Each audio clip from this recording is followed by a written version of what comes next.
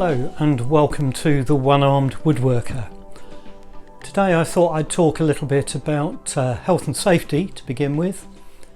I've become particularly aware that I now only have one hand and I need to look after it very well.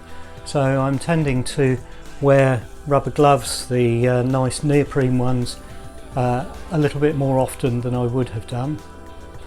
I've also noticed that I drop a lot more things than I used to.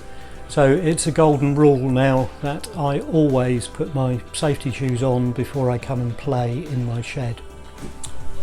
One of the first things I want to do is to rediscover how many of the hand skills I'm still any good at. I know that I've got lots of machinery and so on, and that will play a big part in any woodworking that I do from now on. But hand skills are really good, and I'm just really interested to see what I can still manage. So what I'm going to do is to make this exercise from a textbook that I have. I think it's Australian. I've done it a couple of times before just out of amusement. So this is the one I made when I had two arms a couple of years ago. After I came out of hospital, I thought I'd give it another go, so I've made this one, which shows a number of, shall we say, less than exact pits. So I'm going to have another go at it and see if I can improve on that, and use it as an opportunity to show you what issues I have, both with marking and measuring and with cutting and making joints by hand. So one of the first things you find when you only have one arm is how difficult it is to hold things while you're trying to mark or measure or cut. And there's a whole variety of things to help, I suppose, that we've introduced. So things like the router mats, they work quite well for bigger things, I think, but they don't hold things tremendously firmly. Then there are things like bench holdfasts, quite useful with their cam action. Adjusting these is quite difficult though. Quite often find your chin vice coming in quite handy for making adjustments to these, and then a cam lock on the top to help hold things solidly. They work quite well if you can be bothered. If you need to work more quickly, we're finding things like one hand clamps are really good. The smaller ones don't tend to hold as well, but they're pretty good for a lot of activities. And of course you can use vices, although vices are a nuisance because you can't work them without, it's very difficult to work them and hold the piece of timber at the same time. So we're going to start by marking out for one of the halving joints. One half of it, should I say. So first thing to do is hold the piece of wood down. There we go, using one of these little clamps, and then we just need to mark an inch from the end.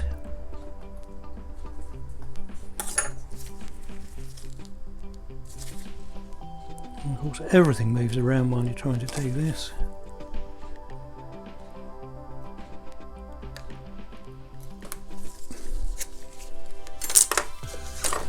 Pretty good, I think.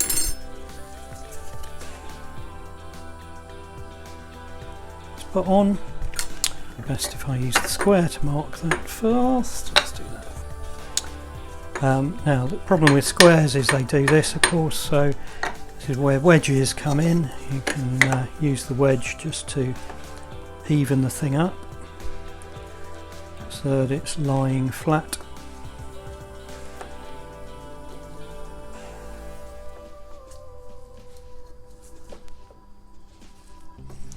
On the surface, and then you need to clamp it down, stop it moving around while you're doing the marking.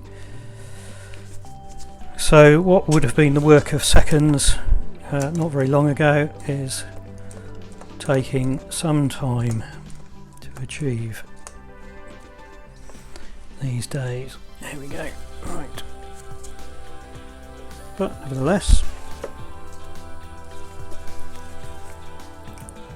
On the bright side, I suppose, it allows you time to think about what you're doing, so you possibly might make fewer mistakes.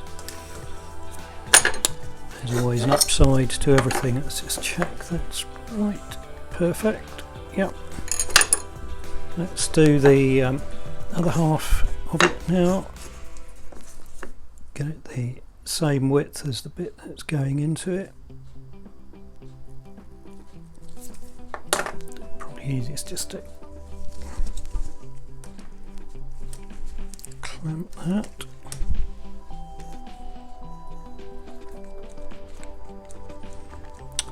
The other thing I'm finding interesting is having been right-handed, I do everything the way round I would normally as a right-hander, and quite often it's not the best way to do it any longer, to say the least. Now let's just mark that.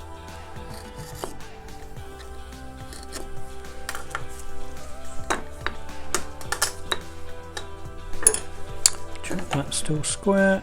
Yep, perfect. Good. Right, now to mark down the sides. Now, this is made a little easier for me by this device which I made, having come across a design for it on the internet. It's a spring-loaded saddle square. Quite simple to make, really, and well worth it because it stays where it's put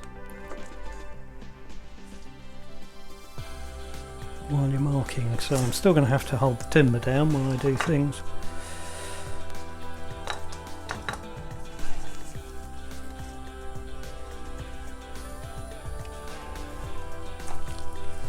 But there we go. Right, so you want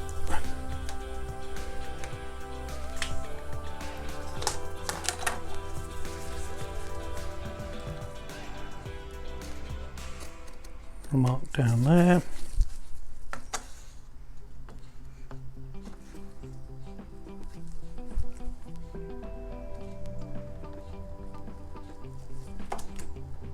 The saddle square took me some time to make because it needs to be pretty exact, and exactness is not something I'm very good at the moment. But we got there, and it's worth its weight in gold. Not that it's very heavy.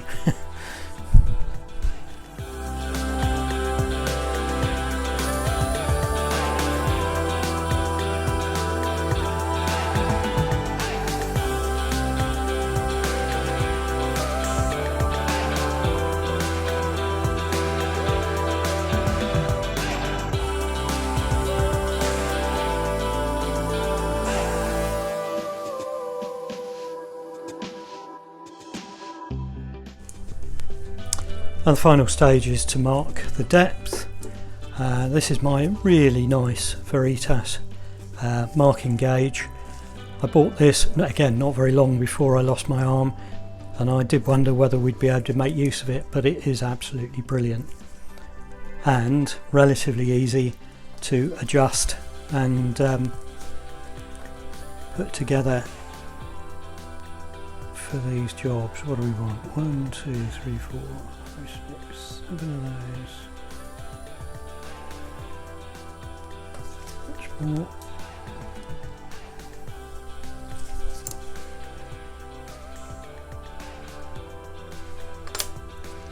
Seven 16ths.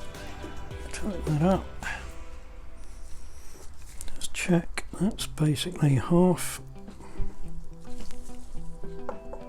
Perfect. Right. Tighten it up so it doesn't move. And then these are superb, these things.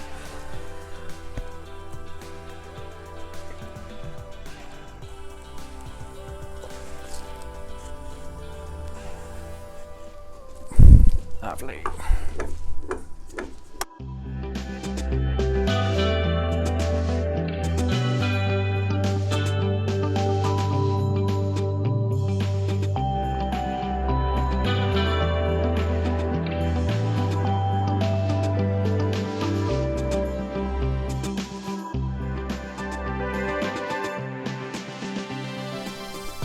So I'm going to go on with my measuring and marking from now on and get all the rest of these set up. You won't want to watch all of that because it'll take me absolutely ages, and we'll start again when I start to cut some of the joints.